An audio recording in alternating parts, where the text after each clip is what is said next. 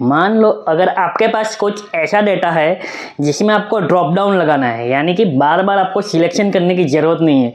ये एक number of list है। जैसे आप कुछ डेटा एंट्री कर रहे हैं कि एक एम्प्लॉय ने कुछ सेल किया, यानी कि कुछ आइटम सेल की, और वो आइटम तो रिपीटिंग होगी, यानी कि कुछ आइटम्स हमने बेची तो आइटम बार बार हमको एक ही आइटम बार बार एंट्री करनी पड़ती है। तो उसे एंट्री ना करने से हमें सिलेक्शन का एक ऑप्शन मिल जाए, यानी कि एक ड्रॉप डाउन मिल जाए। जैसे आप देख सकते हो, ऐसा ड्रॉप डाउन हम कैसे बना सकते हैं, या हम कुछ गलत डेटा एंट्री कर दे तो उसे हमें एरर मैसेज शो करना चाहिए कि भाई आपने ये रॉन्ग एंट्री की है। तो ये सब हम कैसे कर सकते हैं, तो आज हम इसी पे एक वीडियो बनाने वाले हैं। Hello friends, welcome to Ankit learning tech. तो आज के नए वीडियो में हम देखने वाले हैं डेटा वैलिडेशन के बारे में, यानी कि डेटा वैलिडेशन क्या काम के लिए यूज़ होता है। डेटा वैलिडेशन डेटा को वैलिडेट करने के लिए यूज़ होता है कि कैसे हम डेटा को वैलिडेट कर सकते हैं, यानी कि उसमें कुछ हम कंडीशंस डालेंगे कि आपका डेटा इस तरीके से ही फीड होना चाहिए। तो ये कैसे करेंगे ये पूरा हम आज देखने वाले हैं। तो वीडियो को एंड तक जरूर देखें ताकि आपको अच्छे से समझ में आ जाए कि हम डेटा वैलिडेशन का यूज़ कैसे कर सकते हैं हमारे डेटा में। तो चलिए दोस्तों, वीडियो को स्टार्ट कर लेते हैं। वीडियो को स्टार्ट करने से पहले चैनल पे नया हो तो चैनल को सब्सक्राइब जरूर कर लो ताकि ऐसे ही लर्निंग वीडियोस मैं आपके लिए लेके आऊं। यहाँ पे मेरे पास कुछ डेटा है, जैसे कि आप देख सकते हो, employ code, employ name, employ department और डेजिग्नेशन और सैलरी। अभी जो हम देखने वाला है वो है डेटा वैलिडेशन। तो डेटा वैलिडेशन कैसे यूज कर सकते हैं, क्या यूज है उसका और किस तरीके से यूज करना चाहिए, वो हम आज देखने वाले हैं।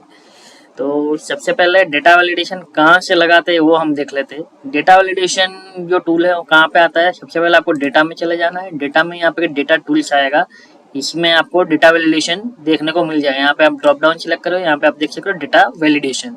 जैसे आप क्लिक करोगे यहाँ पे एक ऐसी विंडो ओपन हो जाएगी। ये विंडो में कुछ मैसेज दिया है, सेटिंग, इनपुट, एरर अलर्ट। तो ये सब कैसे हम यूज करेंगे वो हम आज देखने वाले हैं। तो सबसे पहले ये जो डेटा है इसमें मैंने ऑलरेडी डेटा वैलिडेशन लगाया हुआ है। जैसे कि आप देख सकते हो, यहाँ पे मैं जैसे एम्प्लॉय कोड पे क्लिक कर रहा हूँ, यहाँ पे क्या आ रहा है, इनपुट एम्प्लॉय कोड। ठीक है, 1031 एम्प्लॉय कोड है। अभी मैं यहाँ पे इसका अगर एम्प्लॉय कोड ज्यादा है, यानी कि यहाँ पे एम्प्लॉय कोड मैंने गलती से टाइप कर लिया 10311, मतलब एक 1 टाइप होगा ज़्यादा।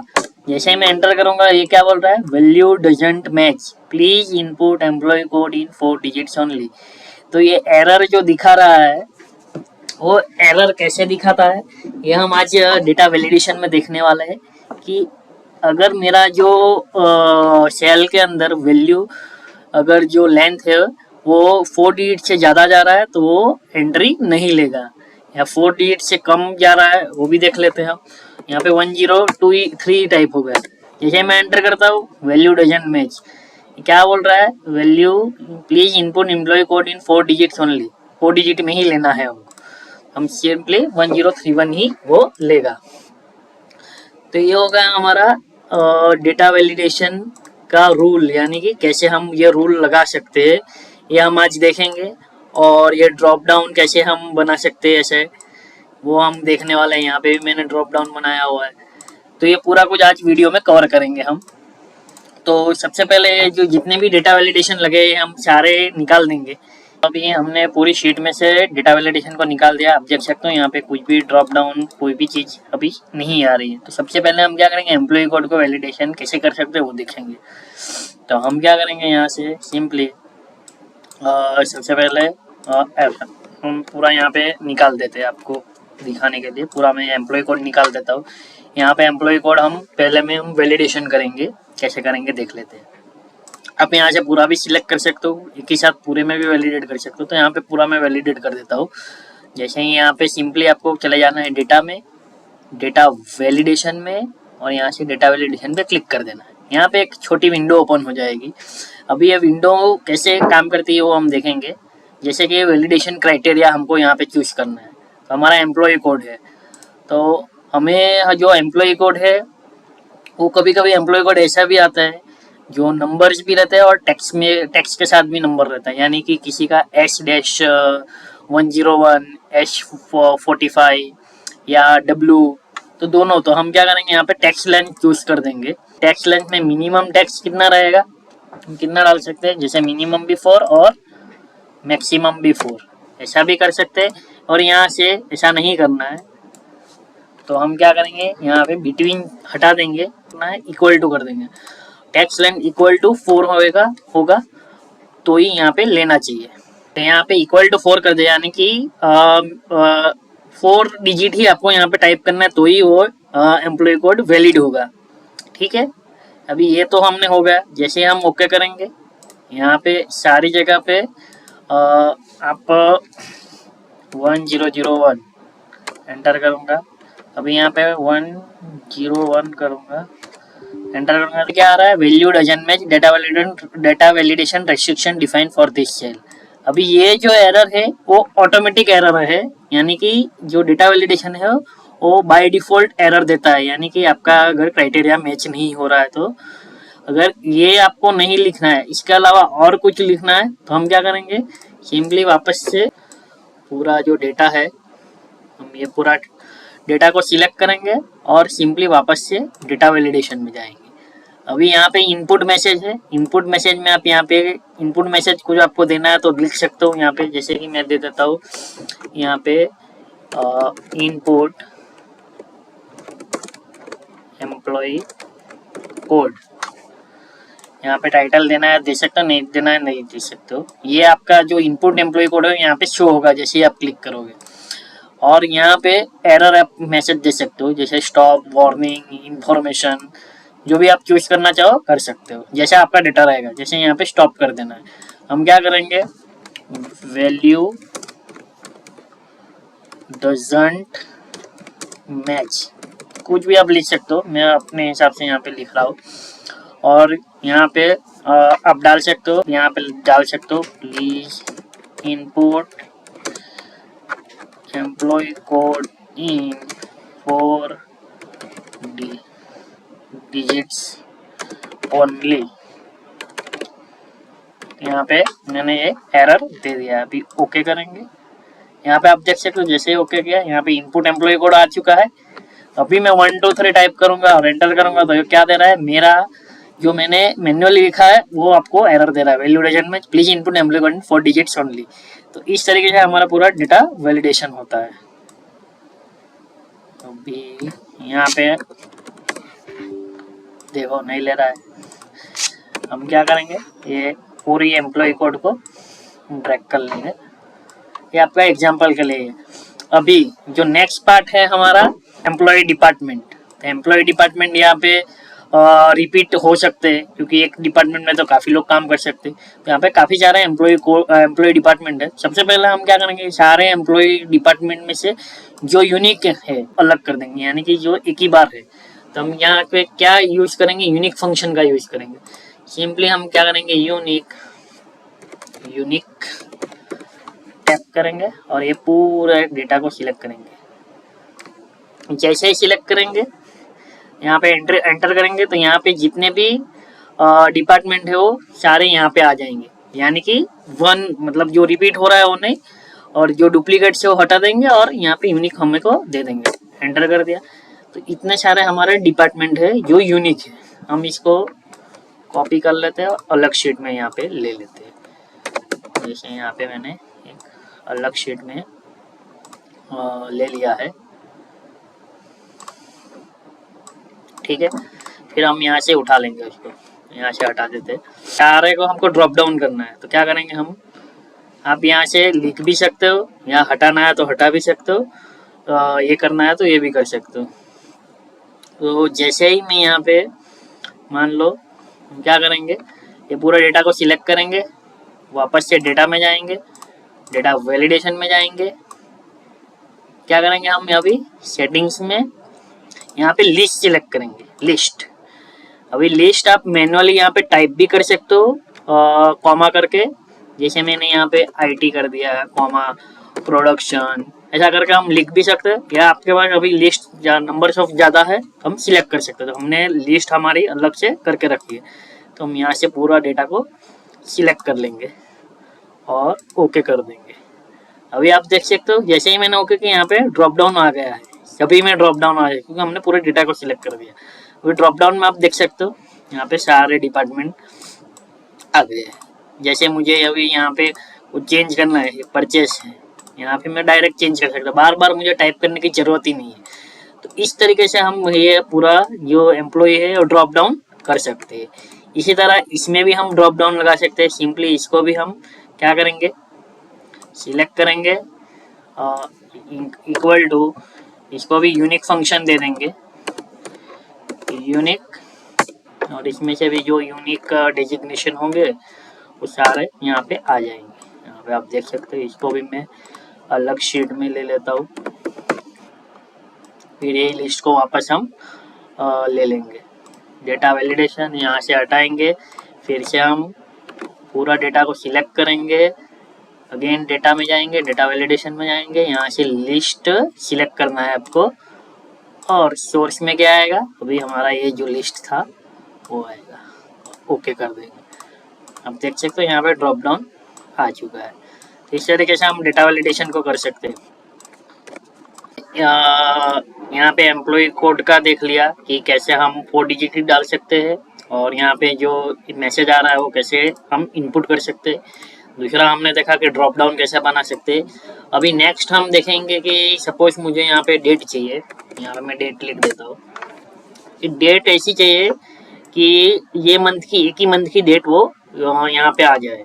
तो मिनिमम डेट और मैक्सिमम डेट का हम डेटा वैलिडेशन करने वाले हैं। तो क्या करेंगे, सबसे पहले डेटा में जाएंगे, यहाँ से डेटा वैलिडेशन में क्लिक करेंगे, और यहाँ से जो एनी वैल्यू इसकी जगह क्या करेंगे हम, डेट। अभी डेट में हमें यहाँ पे बहुत सारे ऑप्शन मिलेंगे, ग्रेटर देन, इक्वल टू, जैसा करना है आप कर सकते हो।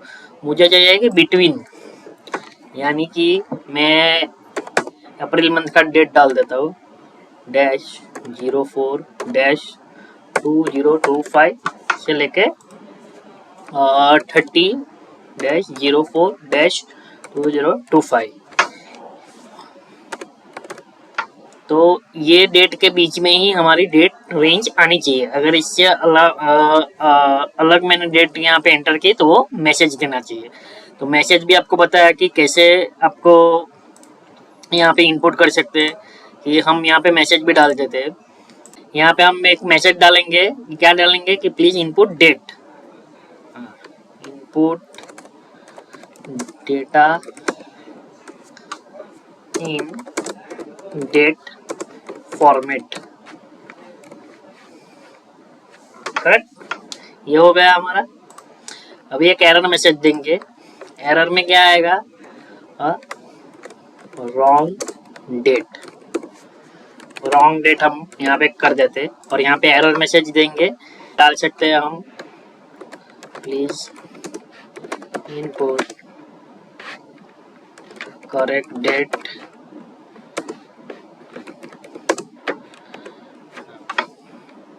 यहाँ पे रॉन्ग डेट की जगह हम डाल सकते हैं invalid date, please input correct date. तो हम क्या करेंगे, यहाँ पे ओके करेंगे। इनपुट मैसेज में input data in date format ऐसा कर दिया, और अभी देखो जैसे ही मैंने यहाँ पे डेटा वैलिडेशन लगाया, यहाँ पे एक मैसेज आएगा input data in date format. तो हमें यहाँ पे क्या करना है, डेट डालनी है। यहाँ पे मेंशन करना चाहते हो तो मेंशन भी कर सकते हो कि डेट कौन से फॉर्मेट में डालनी चाहिए, तो वो भी कर सकते हैं आप। जैसे मैं यहाँ पे अगर 1 अप्रैल डाल देता हूँ, 04-2025, ये ले लिया बराबर। अभी मैं यहाँ से इसको ड्रैग कर लेता हूँ सबसे पहले, ताकि वो अच्छे से आ जाए। यहाँ से सारी डेट को हटा देता हूँ।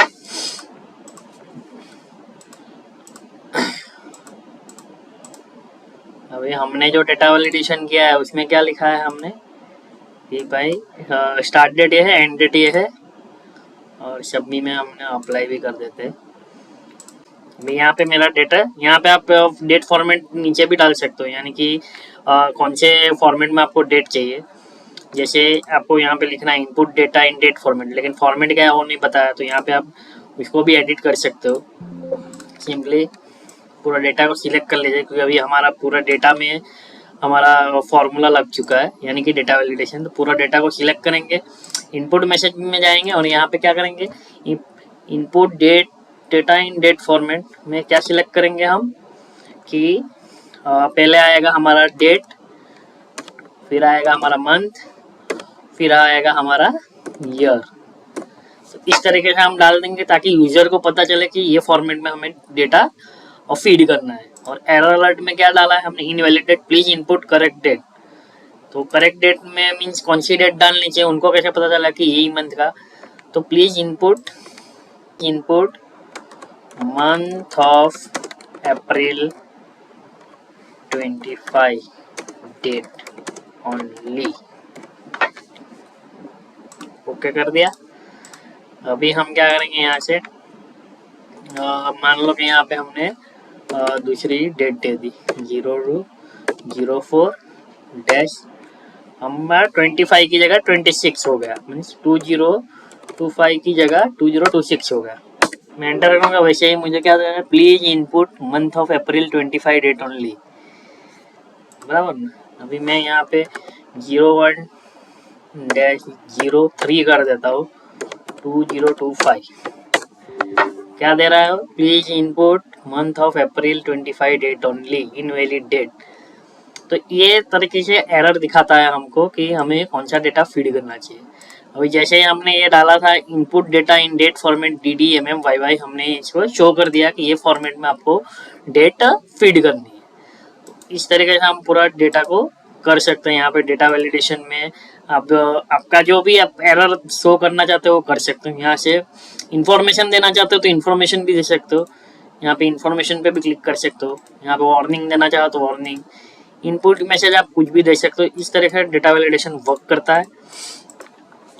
तो आज हमने सीखा कैसे हम डेटा को वैलिडेट करते हैं और उसमें मैसेज कैसे पास ऑन करते हैं, यानी कि कुछ गलत एंट्री हुई तो उसमें क्या हमको मैसेज मिलना चाहिए।